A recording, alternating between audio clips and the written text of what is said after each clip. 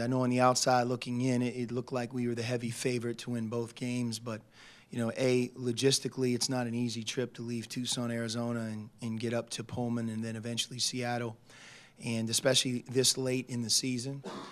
Then having Kadeem go down in practice and watching Dusan get hurt, in the first half there at Washington State, those are two really important players to our overall success. They're two starters for a reason. They're our two most experienced players, both guys having great individual seasons. So it's not just easy to say next man up or, hey, we've been here before. You hope that it works, but I thought our team was resilient. Parker Jackson Cartwright played an outstanding game, career-high 20 points. His three-point shooting has really returned back to form. And I've never really deviated in describing how well he shoots. I watch him every day. No, Kadeem, we'll learn more about him today, but we have a pretty good gauge on his health. There's nothing structurally wrong with his hand or finger. His finger is not broken. And it's just a matter of, when you get 7 stitches and you have a dislocation, the bone pops out. It takes a few, I almost hate to say days, but probably a few weeks for it to completely heal. But as long as, that area has hardened and his stitches have held up, which they have, and he hasn't, gone through any increased trauma, which he hasn't, he got hurt on a Tuesday. Today is a Monday. So, he's about 7 days, 1 week behind him, and he'll be cleared to play. So as long as we can get through here today, I think that he'll return back to form. And then hopefully it's a positive for Kadeem because he's led our team in minutes.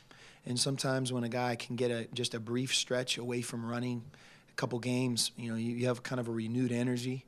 And that would be a heck of a thing to have him, really at his best physically here down the stretch because we ask a lot of him, especially how much we depend on him as a defensive player. Dusan, same thing. His x-rays were negative.